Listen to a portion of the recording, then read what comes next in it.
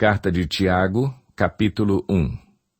Tiago, servo de Deus e do Senhor Jesus Cristo, às 12 tribos dispersas entre as nações. Saudações. Meus irmãos, considerem motivo de grande alegria o fato de passarem por diversas provações, pois vocês sabem que a prova da sua fé produz perseverança. E a perseverança deve ter ação completa a fim de que vocês sejam maduros e íntegros, sem lhes faltar coisa alguma. Se algum de vocês tem falta de sabedoria, peça-a a Deus que a todos dá livremente, de boa vontade, e lhe será concedida. Peça-a, porém, com fé, sem duvidar, pois aquele que duvida é semelhante à onda do mar, levada e agitada pelo vento. Não pense tal pessoa que receberá coisa alguma do Senhor, pois tem mente dividida e é instável em tudo o que faz. O irmão de condição humilde deve orgulhar-se quando estiver em elevada posição. E o rico deve orgulhar-se caso passe a viver em condição humilde, porque o rico passará como a flor do campo. Pois o sol se levanta, traz o calor e seca a planta. Cai então a sua flor e a sua beleza é destruída. Da mesma forma, o rico murchará em meio aos seus afazeres. Feliz é o homem que persevera na provação, porque depois de aprovado, receberá a coroa da vida que Deus prometeu aos que o amam. Quando alguém for tentado, jamais deverá dizer, estou sendo tentado por Deus, pois Deus não pode ser tentado pelo mal, e a ninguém tenta.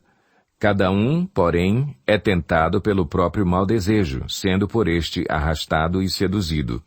Então esse desejo, tendo concebido, dá à luz o pecado, e o pecado, após ter se consumado, gera a morte. Meus amados irmãos, não se deixem enganar. Toda boa dádiva e todo dom perfeito vem do alto, descendo do Pai das luzes, que não muda como sombras inconstantes. Por sua decisão ele nos gerou pela palavra da verdade, a fim de sermos como que os primeiros frutos de tudo o que ele criou. Meus amados irmãos, tenham isto em mente. Sejam todos prontos para ouvir, tardios para falar e tardios para irar-se, pois a ira do homem não produz a justiça de Deus. Portanto, livrem-se de toda impureza moral e da maldade que prevalece e aceitem humildemente a palavra implantada em vocês, a qual é poderosa para salvá-los. Sejam praticantes da palavra e não apenas ouvintes, enganando-se a si mesmos. Aquele que ouve a palavra, mas não a põe em prática, é semelhante a um homem que olha a sua face num espelho e, depois de olhar para si mesmo, sai e logo esquece a sua aparência. Mas o homem que observa atentamente a lei perfeita, que traz a liberdade, e persevera na prática dessa lei, não esquecendo o que ouviu, mas praticando-o, será feliz naquilo que fizer. Se alguém se considera religioso, mas não refreia a sua língua, engana-se a si mesmo. Sua religião não tem valor algum. A religião que Deus, o nosso Pai, aceita como pura e imaculada é esta: cuidar dos órfãos e das viúvas em suas dificuldades e não se deixar corromper pelo mundo. Tiago, capítulo 2. Meus irmãos, como crentes em nosso glorioso Senhor Jesus Cristo, não façam diferença entre as pessoas, tratando-as com parcialidade. Suponham que na reunião de vocês entre um homem com anel de ouro e roupas finas, e também entre um pobre com roupas velhas e sujas. Se vocês derem atenção especial ao homem que está vestido com roupas finas e disserem, aqui está um lugar apropriado para o Senhor, mas disserem ao pobre, você fique em pé ali ou sente-se no chão, junto ao estrado onde ponho os meus pés, não estarão fazendo discriminação, fazendo julgamentos com critérios errados? Ouçam, meus amados irmãos, não escolheu Deus os que são pobres aos olhos do mundo para serem ricos em fé e herdarem o reino que ele prometeu aos que o amam? Mas vocês têm desprezado o pobre. Não são os ricos que oprimem vocês? Não são eles os que os arrastam para os tribunais? Não são eles que difamam o bom nome que sobre vocês foi invocado? Se vocês de fato obedecerem à lei do reino encontrada na Escritura, que diz, ame o seu próximo como a si mesmo, estarão agindo corretamente. Mas se tratarem os outros com parcialidade, estarão cometendo pecado e serão condenados pela lei como transgressores. Pois quem obedece a toda a lei, mas tropeça em apenas um ponto, torna-se culpado de quebrá-la inteiramente. Pois aquele que disse não adulterarás, também disse não matarás. Se você não comete adultério, mas comete assassinato, torna-se transgressor da lei. Falem e ajam como quem vai ser julgado pela lei da liberdade, porque será exercido juízo sem misericórdia sobre quem não foi misericordioso. A misericórdia triunfa sobre o juízo. De que adianta, meus irmãos, alguém dizer que tem fé se não tem obras? Acaso a fé pode salvá-lo? Se um irmão ou irmã estiverem necessitados de roupas e do alimento de cada dia, e um de vocês lhe disser, vá em paz, aqueça-se e alimente-se até satisfazer-se, sem, porém, lhe dar nada, de que adianta isso? Assim também a fé, por si só, se não for acompanhada de obras, está morta. Mas alguém dirá, você tem fé? Eu tenho obras. Mostre-me a sua fé sem obras, e eu lhe mostrarei a minha fé pelas obras. Você crê que existe um só Deus? Muito bem. Até mesmo os demônios creem e tremem. Insensato! Quer certificar-se de que a fé sem obras é inútil? Não foi Abraão, nosso antepassado, justificado por obras, quando ofereceu seu filho Isaque sobre o altar? Você pode ver que tanto a fé como as obras estavam atuando juntas, e a fé foi aperfeiçoada pelas obras. Cumpriu-se assim a Escritura que diz, Abraão creu em Deus, e isso lhe foi creditado como justiça, e ele foi chamado amigo de Deus. Vejam que uma pessoa é justificada por obras e não apenas pela fé. Caso semelhante é o de Raabe, a prostituta. Não foi ela justificada pelas obras quando acolheu os espias e os fez sair por outro caminho? Assim como o corpo sem espírito está morto, também a fé sem obras está morta. Tiago, capítulo 3. Meus irmãos, não sejam muitos de vocês mestres, pois vocês sabem que nós, os que ensinamos, seremos julgados com maior rigor. Todos tropeçamos de muitas maneiras. Se alguém não tropeça no falar, tal homem é perfeito, sendo também capaz de dominar todo o seu corpo. Quando colocamos freios na boca dos cavalos para que eles nos obedeçam, podemos controlar o animal todo. Tomem também como exemplo os navios. Embora sejam tão grandes e impelidos por fortes ventos, são dirigidos por um leme muito pequeno, conforme a vontade do piloto. Semelhantemente, a língua é um pequeno órgão do corpo, mas se vangloria de grandes coisas.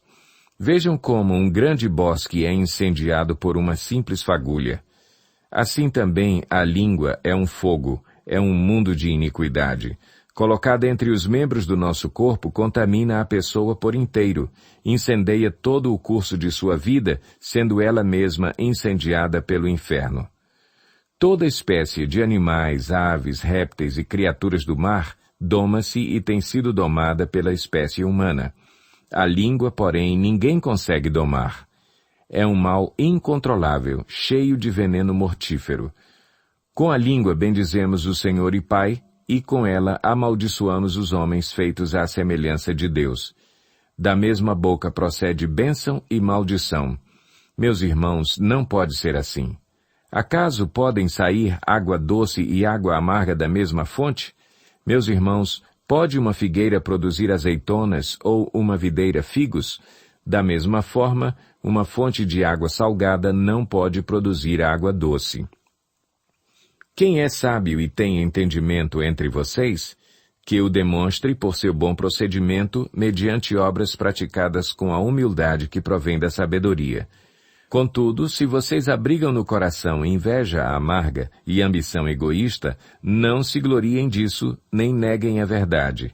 Esse tipo de sabedoria não vem dos céus, mas é terrena, não é espiritual, mas é demoníaca. Pois onde há inveja e ambição egoísta, aí há confusão e toda espécie de males. Mas a sabedoria que vem do alto é antes de tudo pura, depois pacífica, amável, compreensiva, cheia de misericórdia e de bons frutos, imparcial e sincera. O fruto da justiça semeia-se em paz para os pacificadores. Tiago, capítulo 4. De onde vêm as guerras e contendas que há entre vocês? Não vêm das paixões que guerreiam dentro de vocês? Vocês cobiçam coisas e não as têm. matam e invejam, mas não conseguem obter o que desejam. Vocês vivem a lutar e a fazer guerras. Não têm porque não pedem. Quando pedem, não recebem, pois pedem por motivos errados para gastarem seus prazeres. Adúlteros, vocês não sabem que a amizade com o mundo é inimizade com Deus? Quem quer ser amigo do mundo faz-se inimigo de Deus. Ou vocês acham que é sem razão que a Escritura diz que o Espírito que Ele fez habitar em nós tem fortes ciúmes? Mas Ele nos concede graça maior. Por isso, diz a Escritura, Deus se opõe aos orgulhosos, mas concede graça aos humildes. Portanto, submetam-se a Deus. Resistam ao diabo, e ele fugirá de vocês. Aproximem-se de Deus, e ele se aproximará de vocês. Pecadores, limpem as mãos, e vocês que têm a mente dividida, purifiquem o coração. Entristeçam-se, lamentem-se e chorem. Troquem o riso por lamento e a alegria por tristeza. Humilhem-se diante do Senhor, e Ele os exaltará. Irmãos, não falem mal uns dos outros. Quem fala contra o seu irmão ou julga o seu irmão, fala contra a lei e a julga. Quando você julga a lei, não a está cumprindo, mas está se colocando como juiz. Há apenas um legislador e juiz, aquele que pode salvar e destruir.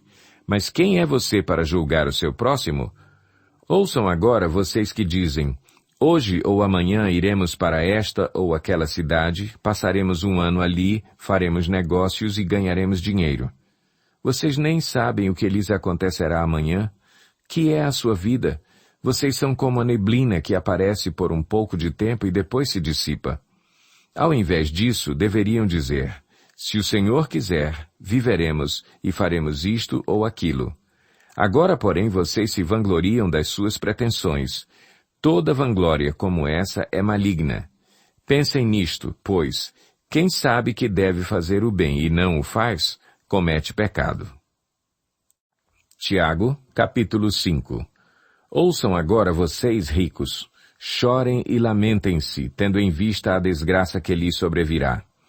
A riqueza de vocês apodreceu, e as traças corroeram as suas roupas.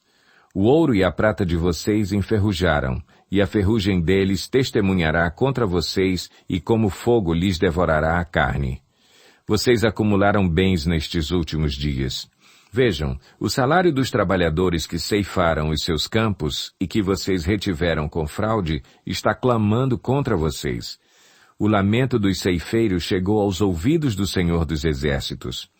Vocês viveram luxuosamente na terra, desfrutando prazeres e fartaram-se de comida em dia de abate. Vocês têm condenado e matado o justo, sem que ele ofereça resistência. Portanto, irmãos, sejam pacientes até a vinda do Senhor. Vejam como o agricultor aguarda que a terra produza a preciosa colheita e como espera com paciência até virem as chuvas do outono e da primavera. Sejam também pacientes e fortaleçam o seu coração, pois a vinda do Senhor está próxima. Irmãos, não se queixem uns dos outros, para que não sejam julgados. O juiz já está às portas. Irmãos, tenham os profetas que falaram em nome do Senhor como exemplo de paciência diante do sofrimento. Como vocês sabem, nós consideramos felizes aqueles que mostraram perseverança. Vocês ouviram falar sobre a perseverança de Jó e viram o fim que o Senhor lhe proporcionou. O Senhor é cheio de compaixão e misericórdia. Sobretudo, meus irmãos, não jurem, nem pelo céu, nem pela terra, nem por qualquer outra coisa. Seja o sim de vocês sim, e o não, não, para que não caiam em condenação. Entre vocês, há alguém que está sofrendo? Que ele ore. Há alguém que se sente feliz? Que ele cante louvores. Entre vocês, há alguém que está doente? Que ele mande chamar os presbíteros da igreja, para que estes orem sobre ele e o unjam com óleo em nome do Senhor. A oração feita com fé curará o doente, o Senhor o levantará. E se houver cometido pecados, ele será perdoado. Portanto, confessem os seus pecados uns aos outros e orem uns pelos outros para serem curados. A oração de um justo é poderosa e eficaz. Elias era humano como nós. Ele orou fervorosamente para que não chovesse, e não choveu sobre a terra durante 3 anos e meio. Orou outra vez, e os céus enviaram chuva, e a terra produziu os seus frutos. Meus irmãos, se alguém de vocês se desviar da verdade e alguém o trouxer de volta, lembrem-se disso. Quem converte um pecador do erro do seu caminho, salvará a vida dessa pessoa e fará que muitíssimos pecados sejam perdoados.